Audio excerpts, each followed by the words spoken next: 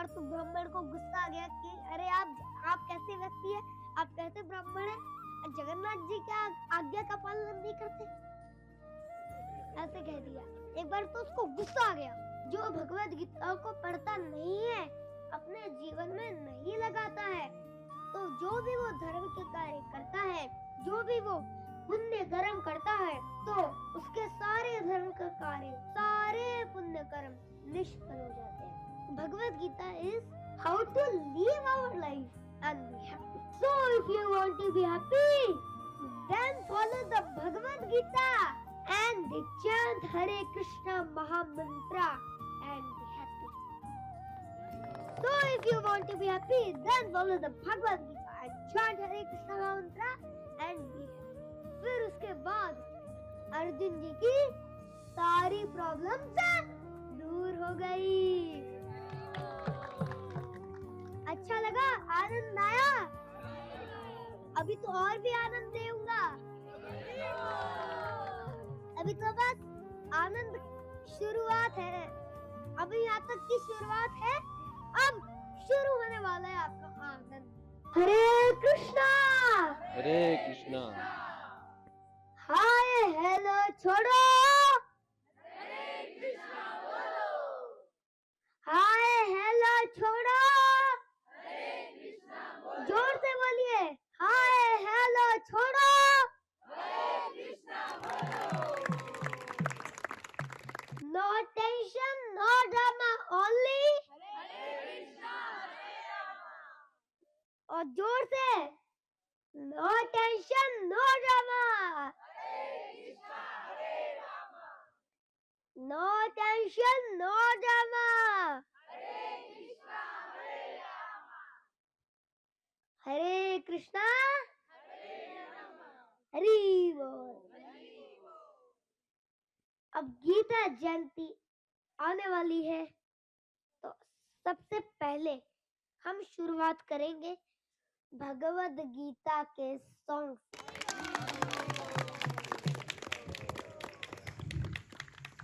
युद्ध नहीं चाहते थे पांडव, कौरव युद्ध पे अड़े रहे, माधव को भी भेजा पर वो अपनी युद्ध पे डटे रहे। युद्ध के लिए दोनों सेना कुरुक्षेत्र में खड़े हुए, देखे सारी सेना को अर्जुन तो उदास हुए। अर्जुन बोले माधव से, ये जो सारे खड़े हुए, इन्हीं के साथ मिलकर तो हम सारे हैं बड़े हुए। माधव ने अर्जुन को देख गीता ज्ञान शुरू किया, अर्जुन तुम बस आत्मा हो, तुमने बस ये दे लिया। कौरवों ने सारी दुनिया के साथ अधर्म किया, अधर्मियों का नाश करने मैं वैकुंठ से उतर गया। यदा यदा हि धर्मस्य ग्लानिर्भवति भारत, अभ्युत्थानम् अधर्मस्य तदात्मानं सृजाम्यहम्। फंस गए चक्कर में मन के, खुद को इससे बाहर करो। मन ही तुम्हारा दुश्मन है, इस बात को तुम मान लो। तुम तो निमित्त मात्र हो, उठाओ धनुष और वार करो, उठाओ धनुष और वार करो, उठाओ धनुष और वार करो। आज हमारी हालत भी अर्जुन जैसी हो गई, अज्ञान के अंधकार में चेतना ही सो गई। इस दुनिया के सारे लोग हो गए स्वार्थी, मत करो अपनी चिंता, कृष्ण को बना लो।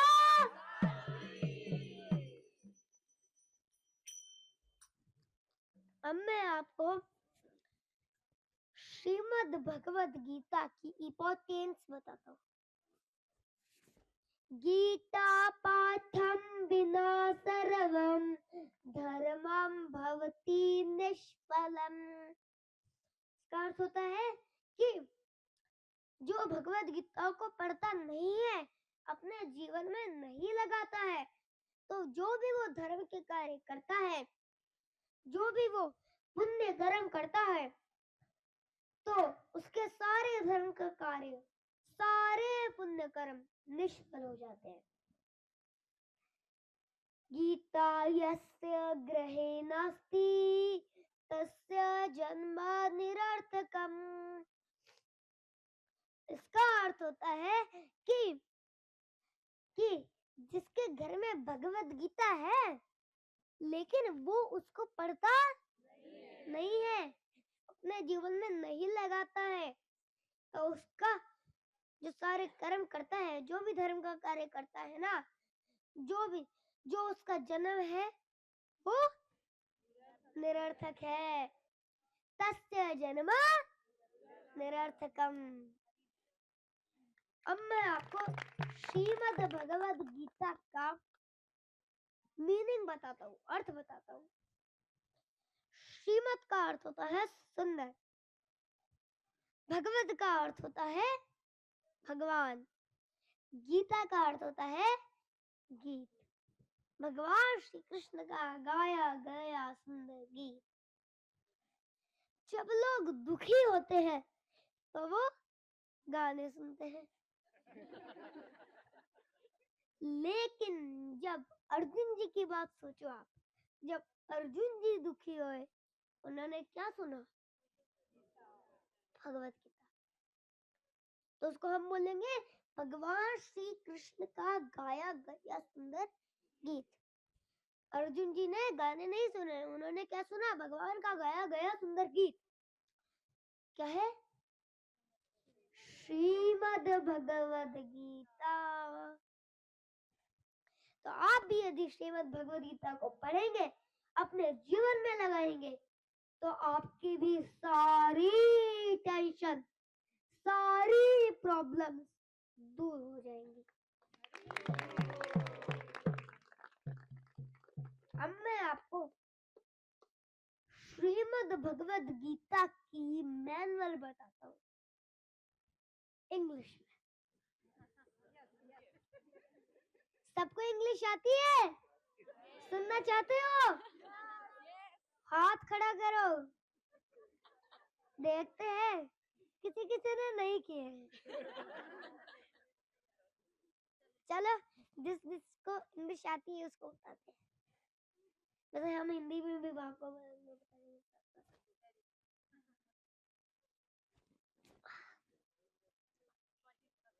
What is Bhagavad Gita? किसी ना किसी को पता नहीं है भगवद गीता क्या होती है। भक्तों को ही पता होता है भगवद गीता क्या होती है ना? तो अब मैं आप सबको बताता हूँ कि भगवद गीता क्या होती है। Bhagavad Gita is song of God, song of Krishna. Bhagavad Gita was spoken by Lord Shri Krishna to help us so that we can be happy and successful. When we go to a market and purchase an electronic toy, आया समझ कि हम कहीं जैसे market जाते हैं, है ना, तो वहां से एक इलेक्ट्रॉनिक टॉय लेके आते हैं। आया समझ कि जैसे कहीं भी हम जाते हैं ना तो कुछ ना कुछ लेके आते हैं। Successful. When we go to a market and purchase an electronic toy, we get a manual along with that. It tells us how to operate the toy. In the same way, Bhagavad Gita is manual for our life.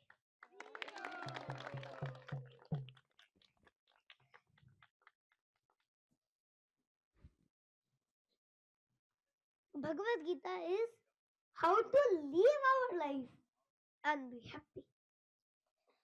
So if you want to be happy, then follow the Bhagavad Gita and chant Hare Krishna Maha Mantra and be happy. So if you want to be happy, then follow the Bhagavad Gita and chant Hare Krishna mantra and be happy. No tension, no drama. Hare Krishna, Hare Rama. तो अब मैं आपको श्रीमद् भगवद गीता का एक श्लोक सुनाता हूँ।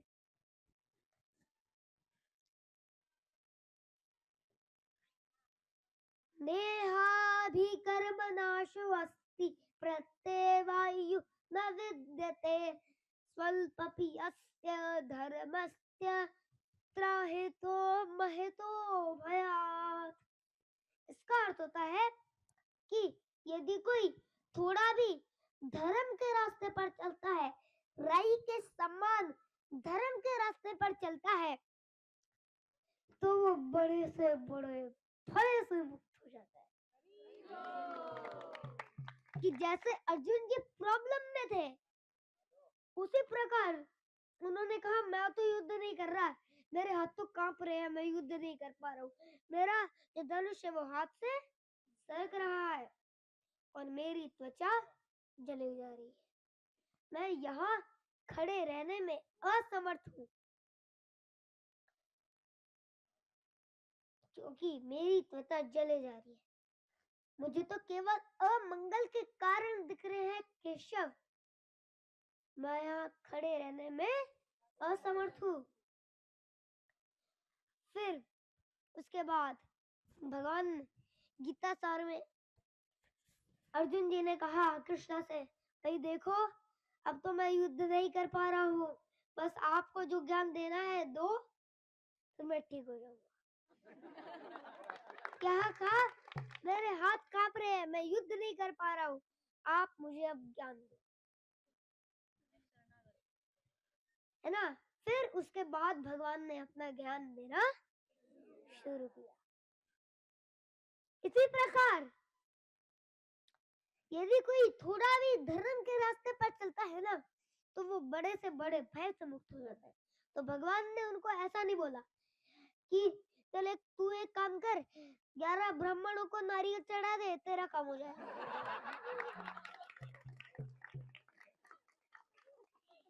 तो भगवान ने ये नहीं कहा कि तू 108 ब्राह्मणों को खाना खिला दे, तेरा काम हो जाएगा। भगवान ने क्या कहा?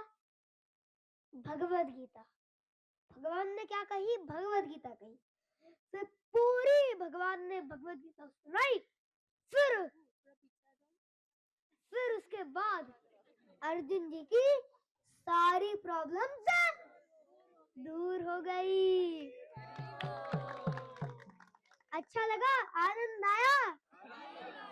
अभी तो और भी आनंद देऊंगा। अभी तो बस आनंद शुरुआत है, अभी यहाँ तक की शुरुआत है, अब शुरू होने वाला है आपका आनंद। ये आनंद की शुरुआत है और अब आनंद बढ़ता जाएगा। देखो असली सुंदरता क्या है? देखो लोग कहते हैं हम तो इतने सुंदर सुंदर होके जाते हैं कि हमारी सुंदरता बढ़ जाए। तो इसका एक श्लोक सुनाता हूँ। तो लोग कहते हैं अरे ये पता नहीं क्या कह रहे हैं, इसकी बात में दम नहीं। अरे भाई भगवान कह रहे हैं कि मेरी भक्ति करोगे तभी तुम्हारी शोभा होगी। इसका श्लोक सुनाता हूँ। श्रोत्रमश्रुतेन वन कुंडलेन, कि कानों की शोभा कुंडल पहनने से नहीं बढ़ती, कानों की शोभा बढ़ती है भगवान का नाम सुनने से, हरि कथा सुनने से, हरि चर्चा सुनने से, है ना। किया कि कानों की शोभा कुंडल पहनने से नहीं बढ़ती, बल्कि भगवान का नाम सुनने से, हरि चर्चा सुनने से कृष्ण कथा सुनने से बढ़ती है। दूसरा, दानेर्न पानेर्न तु कंगनेन, हाथ की बात है इसमें कि हाथों की शोभा कंगन पहनने से नहीं बढ़ती। किससे बढ़ती है? हाँ, इससे भी एक और जरूर बात बताता हूँ। हाथों की शोभा बढ़ती है भगवान श्री कृष्ण की सेवा करने से, महामंत्र का जप करने से, हरिनाम जप करने से, है ना? हरिनाम जप करने से बढ़ती है। तो दान देने से बढ़ती है। और आंखों की बात, अब देखना, अब सुनना, है ना? दानेर्न पानेर्न तु कंकणेन विभाति कायः करुणापराणम्, कि आंखों की शोभा काजल लगाने से नहीं बढ़ती, तो किससे बढ़ती है? पता है किसी को? सब जोर से बोलो, किसी को पता है क्या? हाँ, जोर से बोलो थोड़ा। हाँ, और भगवान को अपनी आंखों में बसा लेने से आया आनंद, और आनंद देता हूँ।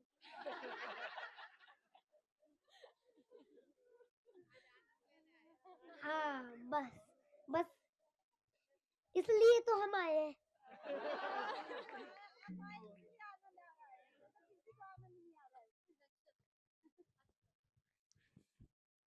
अब मैं आपको एक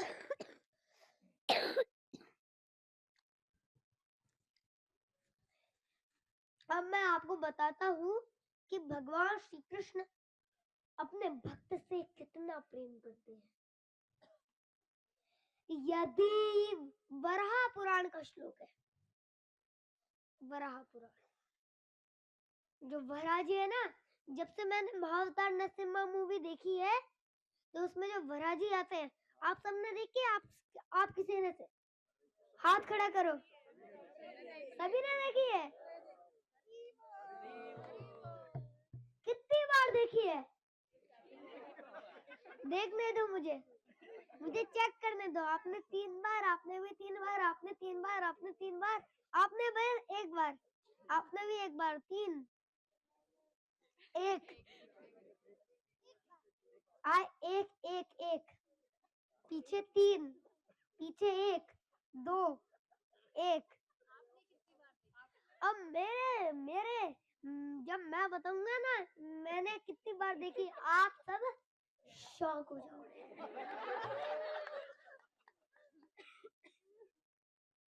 31,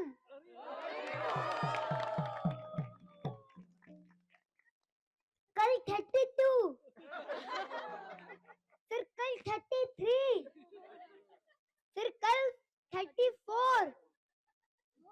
मैं रोज देखता हूँ, जब भी ट्रैवलिंग में आता हूँ ना, एक टैब मेरा हर समय साथ रहता है। उसका नाम क्या है? Radha Krishna tab. Radha Krishna tab, Krishna tab भी है, राधा कृष्णा टैब, है ना? तो वो हर समय मेरे साथ ही रहता है, और जब भी कहीं जाता हूँ, पकड़ा उसको, लिया, चालू किया, बटन दबाया, और चालू कर दी मैंने महाअवतार नरसिम्हा। तो जय, चलो एक बार नरसिम्हा प्रार्थना गाते हैं। नमस्ते नरसिम्हाय,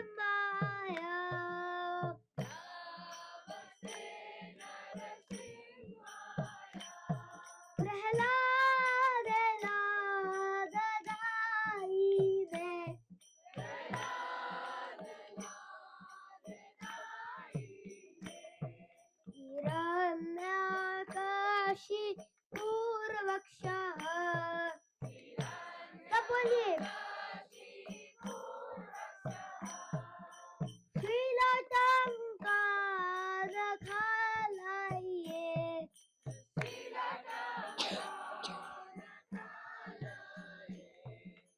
तो नरसिम्हा पर तो नरसिम्हो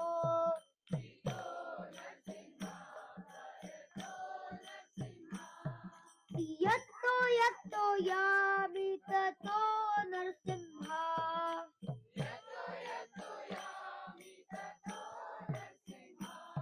बाहेर नरसिम्हो हृदये नरसिम्हो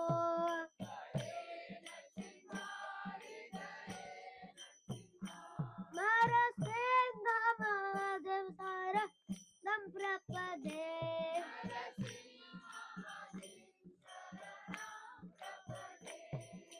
तव कर कमलवरे नाथ अद्भुत श्रृंगार ललिता हिरण्यकशिपु तनुभृंगा केशवधृता नरहरि रूपा जय जगदीश हरे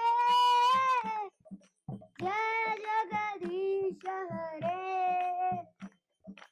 जय जगदीश हरे केशवधृता नरहरि रूपा जय जगदीश हरे जय जगदीश हरे धीरे से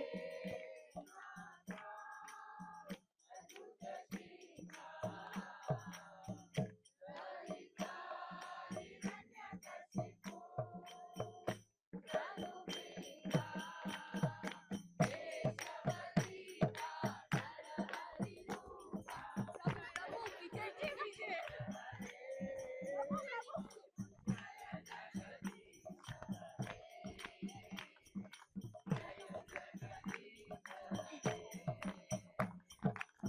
केशवधृता नरहरि रूपा जय जगदीश हरे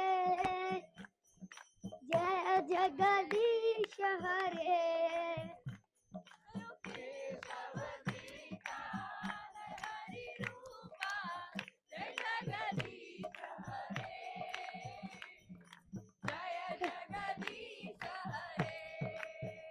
जय नरसिंहदेव नरसिंहदेव नरसिंहदेव जय नरसिंहदेव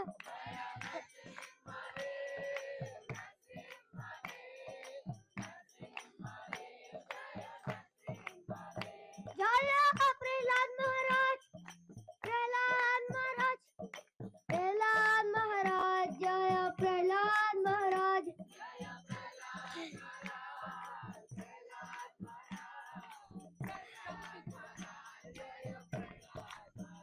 जय जय प्रभुपाद प्रभुपाद प्रभुपाद जय जय प्रभुपाद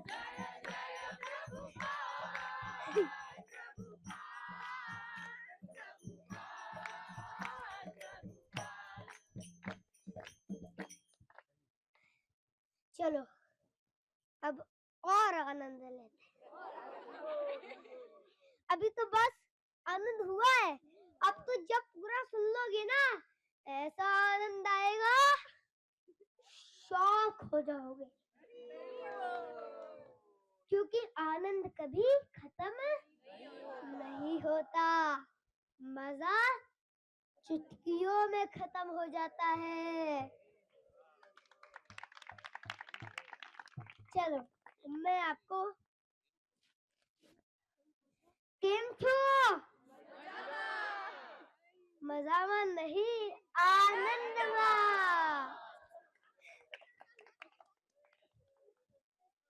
आप सबको स्वागत है।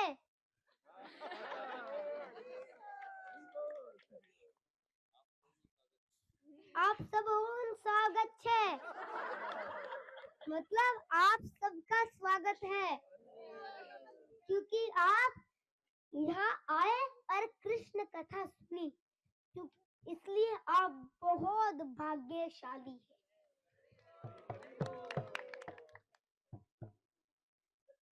हाँ, तो अब मैं आपको बताता हूँ कि हमारे ग्रह कैसे ठीक होंगे। लोग कहते हैं हमारे ग्रह खराब है, हमारे नक्षत्र बिगड़े हुए हैं। तो इसके पीछे महाभारत की एक स्टोरी है। इसके पीछे महाभारत की एक स्टोरी है। एक बार सब ध्यान से सुनिएगा। फिर मैंने एक इंद्रेश जी से कथा सुनी थी, वो सुनाऊंगा आपको। ठीक है, आपको बहुत आनंद आएगा। देखो कि एक बार धृतराष्ट्र जी ने अपने राज ज्योतिषी को बुलाया, पूछा मेरे बेटे दुर्योधन की कुंडली क्या कहती है। तो उसने कहा राजयोग है महाराज, राजयोग है, दुर्योधन को कोई नहीं हरा सकता, वो निश्चित रूप से राजा बनेगा। इसी बात में महाभारत का युद्ध छेड़ दिया गया। 8 दिन बीते, कौरवों की आधी सेना मर गई। क्या हुआ कि पांडव भगवान जो थे ना, वो अपने भक्तों को जीतना ही देखना चाहते थे। तो एक दिन क्या हुआ, तो एक दुर्योधन की माँ ने कहा था कि कि तुम मेरे सामने यदि आओगे तो बिना वस्त्र के आना, फिर जो मेरे आंखों से जो शक्ति निकलेगी, फिर उससे तुम पावरफुल हो जाओगे। फिर भगवान फिर तो ऐसे करते करते पांडव हार जाते। तो फिर भगवान ने क्या किया, दुर्योधन को बोला नहीं नहीं, जैसे तुम्हारे माँ ने कहा है ना कि बिना वस्त्र के जाना, ऐसे नहीं, तुमने कुछ पहन के जाना। फिर वो कुछ पहन के गया। फिर क्या हुआ, फिर वो आया, फिर आंखों से शक्ति निकली।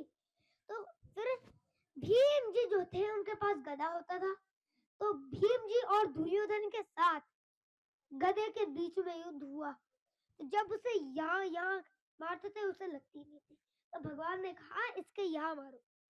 तो जैसे ही मारा गया, वहां पे वो कपड़े पहन गया था, तो जैसे ही वहां मारा गया तुरंत दुर्योधन मर गया, है ना। तो भगवान ने क्या किया, अपने पांडवों को हारने नहीं दिया।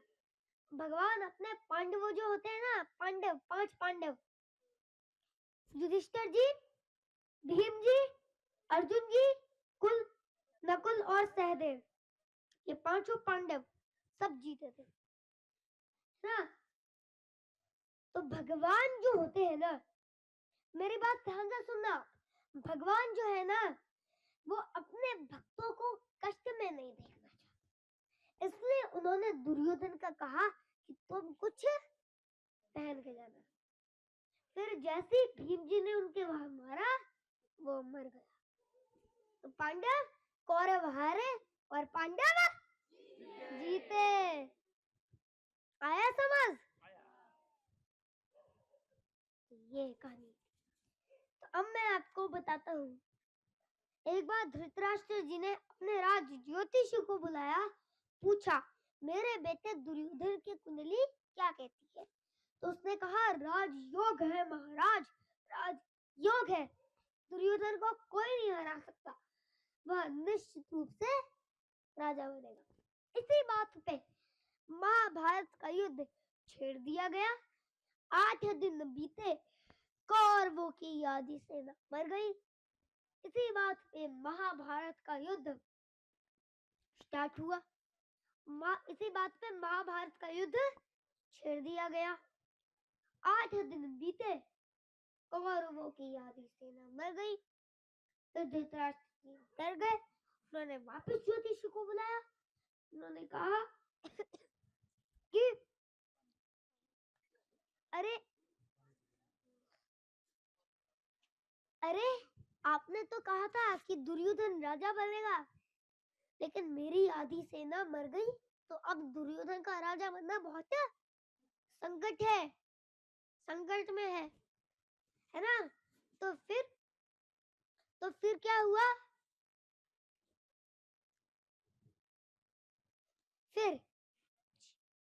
वो ज्योतिषी ने कहा वहां कोई है। उसको पता नहीं था, वहां पे स्वयं भगवान थे, भगवान श्री कृष्ण है ना। उसने कहा, उसको पता नहीं था, बस ये पता था कि वहां कोई है। उसको भगवान का नाम नहीं पता था। वो कह रहा था बस वहां कोई है जिसने नक्षत्रों की दिशाएं बदल दी है, जो समय और काल से परे है। फिर विदुर जी ने कहा, अरे वहां कृष्णा है, जिनके चरणों में सारे ब्रह्मांड, सारे नक्षत्र उनके चरणों में होते हैं। अब मैंने आपको कहा था मैं एक कथा सुनाऊंगा, तो मैं आपको वो सुनाता हूँ। तो सुनो, एक बार जयदेव जी थे। जगन्नाथ जी की एक लीला है, वो इंद्रेश जी से मैंने सुनी थी। क्या मेरा कृष्ण क्या मेरा साथ रहता है ना, तो उसमें इंद्रेश जी की भी लीला आती है सुनने के लिए। तो उसमें से मैं सुन सुन के याद कर लेता हूँ। तो मैं वही वाली आपको एक लीला सुनाता हूँ।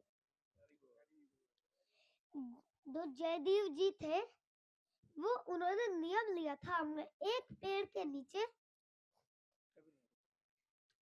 नहीं कि एक पेड़ के नीचे उन्होंने नियम ले लिया था कि मैं हर एक वृक्ष के पीछे एक एक दिन रहूंगा और दूसरे वृक्ष के नीचे 2 रात रहूंगा और वहीं पे विश्राम करूंगा। ऐसा उन्होंने नियम लिया। तो वहां तो बहुत सारे कीड़े, सांप, बिच्छू ये सब होते हैं, फिर भी वो वो अपनी भक्ति करते रहे। फिर जगन्नाथ जी को बहुत चिंता होने लगी, अरे ये मेरा भक्त जयदेव एक वृक्ष के नीचे बैठा था, रात भी हो जाती है फिर भी वो वही रहता है।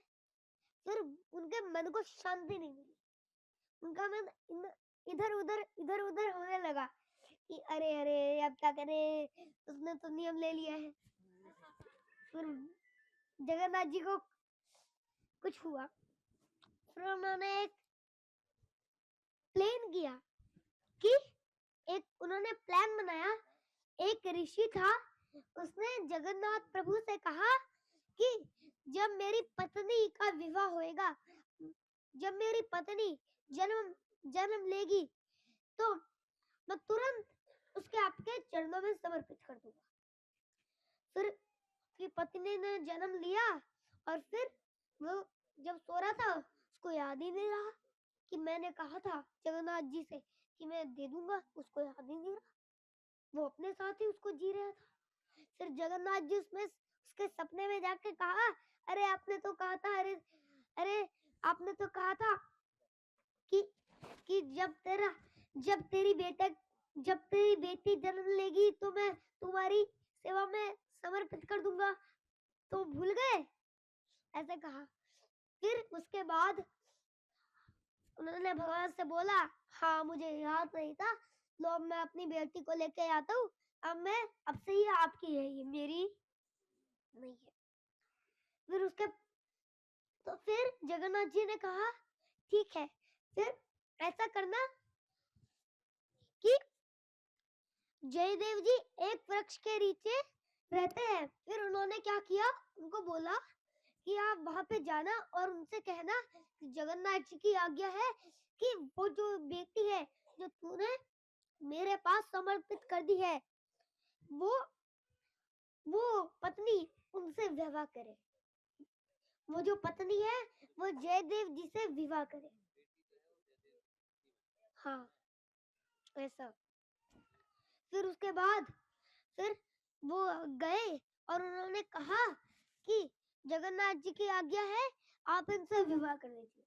फिर उनको बल्कि 4 बार कह दिया। फिर एक बार तो ब्राह्मण को गुस्सा आ गया कि अरे आप कैसे व्यक्ति है, आप कैसे ब्राह्मण है, जगन्नाथ जी की आज्ञा का पालन नहीं करते, ऐसे कह दिया। एक बार तो उसको गुस्सा आ गया उस ब्राह्मण को। फिर क्या हुआ, उसको क्रोध आ गया था। फिर पत्नी तो बैठ गई उनके अगले वृक्ष के पास, है ना, और कही कि जगन्नाथ जी की आज्ञा है, यदि मेरे से ना ये करे या ना करे फिर भी मैं यहीं पे रहूंगी। फिर वो ब्राह्मण तो चले गए। फिर कम से कम 1 दिन हुआ, 2 दिन हुआ, 3 दिन हो गए, फिर भी वो वहां से नहीं हिली। तो जयदेव जी रोने लगे कि जगन्नाथ जी मेरे से इतना प्रेम क्यों करते हैं। फिर उन्होंने उनसे विवाह करा और फिर उनकी कुटिया बनवाई और फिर जगन्नाथ जी के मन को शांति मिली। चलो अब तो जयदेव कुटिया में रहता है। आया समझ? तो फिर क्या हुआ, उन्होंने गीत गोविंद की रचना की। लेकिन वो क्या करते थे, अपनी पत्नी से लिखवाते थे और खुद बोलते थे। तो पत्नी लिखती रहती थी, तो भगवान ने तो उनके मन में एक लीला आई कि भगवान श्री कृष्ण जो है, भगवान श्री कृष्ण राधा रानी के जो चरण है वो अपने सिर पर रख ले। तो फिर उन्होंने कहा, तो उन्होंने सोचा ये पत्नी जो है ये कहीं बुरा तो मन नहीं मान रहे। तो उन्होंने क्या किया कि उन्होंने कहा कि अभी मैं गंगा में स्नान करके आता हूँ, उसके बाद मैं वापस से पंक्ति लिखूंगा, तब तक तुम प्रसाद बनाओ। फिर क्या हुआ, वो गए गंगा स्नान करने चले गए। फिर थोड़ी देर में जगन्नाथ जी ने सोचा इनको इतनी प्रॉब्लम क्यों हो रही है इसमें, कि यदि मैं किशोरी जी के चरण रख भी रहा हूँ तो इनको दिक्कत क्यों हो रही है। तो उन्होंने तो जगन्नाथ जी ने ही एकदम जयदेव जी के जैसा, एकदम उनके जैसा फेस, एकदम वैसा ही, एकदम वैसी धोती।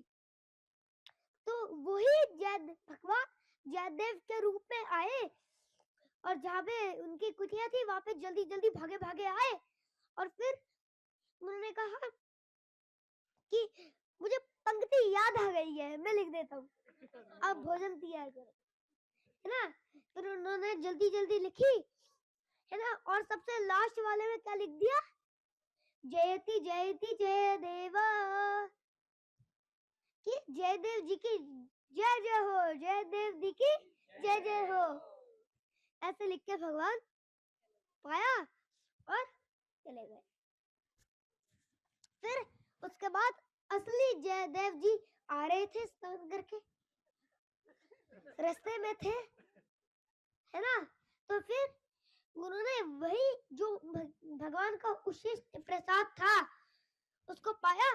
तो उन्होंने देखा आज तक ऐसा प्रसाद कभी बना नहीं है, ऐसा प्रसाद कभी नहीं बना, ऐसा लग रहा है हाथ में लक्ष्मी जी आ गई, भगवान ने स्वयं पाया है तो ऐसा ही तो होगा। फिर असली जयदेव जी आ गए। फिर जयदेव जी ने कहा चलो भोजन लगाओ। तो उन्होंने क्या कहा, आप अभी तो आए ही थे, आपने तो पा ही लिया था, अब आपका उशिष्ट प्रसाद पा रहा हूं मैं तो। फिर उन्होंने कहा नहीं, मैं तो अभी आया हूँ ना। तो फिर उन्होंने कहा कि आज इतनी तेज की भूख लगी, हमसे पहले ही पा लिया, कमाल हो गया।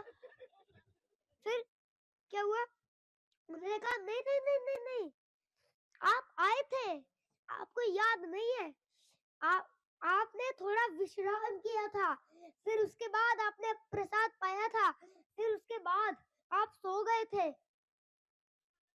फिर उन्होंने अच्छा देखा, मुझे आपको पंक्ति याद आ गई थी, फिर उसने आपने पंक्ति लिख दी, फिर आप चले गए। तो बोले अच्छा मैं पहले आया था। तो पत्नी ने कहा हाँ। तो फिर क्या हुआ, फिर उन्होंने जल्दी जाकर के वो गीत गोविंद की जिसमें वो रचना करते थे, लिखते थे, तुरंत उसको खोला और देखा कि मैंने पंक्ति लिख दी है क्या नहीं। जगन्नाथ जी स्वयं आए थे, तो फिर उन्होंने देखा, अरे ये पंक्ति किसने लिखी, मैं तो आया नहीं था, ये कौन आया, से इतना सारा ज्ञान है, ये कौन आया, सोचने लगे। फिर जैसे ही उन्होंने अपना लास्ट पेपर खोला तो वो तो रोने लग गए, आनंद विभल हो गए, सारा घर आनंद विभल हो गया कि स्वयं जगन्नाथ जी लिखने आए थे। तो सब रोने लग गए। फिर तुरंत पत्नी से कहा, चलो जगन्नाथपुरी। फिर उसके तो नेत्रों में आंसू आ गए कि भगवान आप मेरे से इतना प्रेम कैसे करते हैं, मैं तो बस आपको भोग नहीं लगाता, बस तो मैं पंक्ति लिखता हूँ और नाम गाता हूँ आपका, आप मेरे से इतना प्रेम करते हैं। तो उनको होश आ गया भाई कि जगन्नाथ जी तो परम भगवान। बोलो जगन्नाथ भगवान की। जय जय देव हरे, जय जय देव हरे, जय जय देव हरे, जय जय देव, जय जय देव हरे, जय जय देव हरे, जय जय देव हरे, जय जय जय देव हरे। जय जगन्नाथ। अपने शहर में प्रोग्राम करवाने के लिए इस नंबर पर कांटेक्ट करें।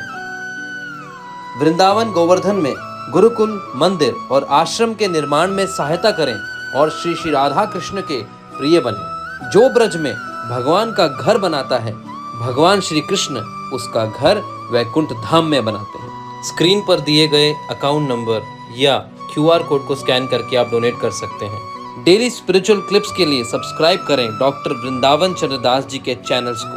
फ्री गीता कोर्स प्राप्त करने के लिए गूगल पर जाएं और टाइप करें givegita.com। लाइक करें, शेयर करें, सब्सक्राइब करें और सनातन को पूरे विश्व में फैलाएं। हरे कृष्णा। आपका बहुत बहुत धन्यवाद।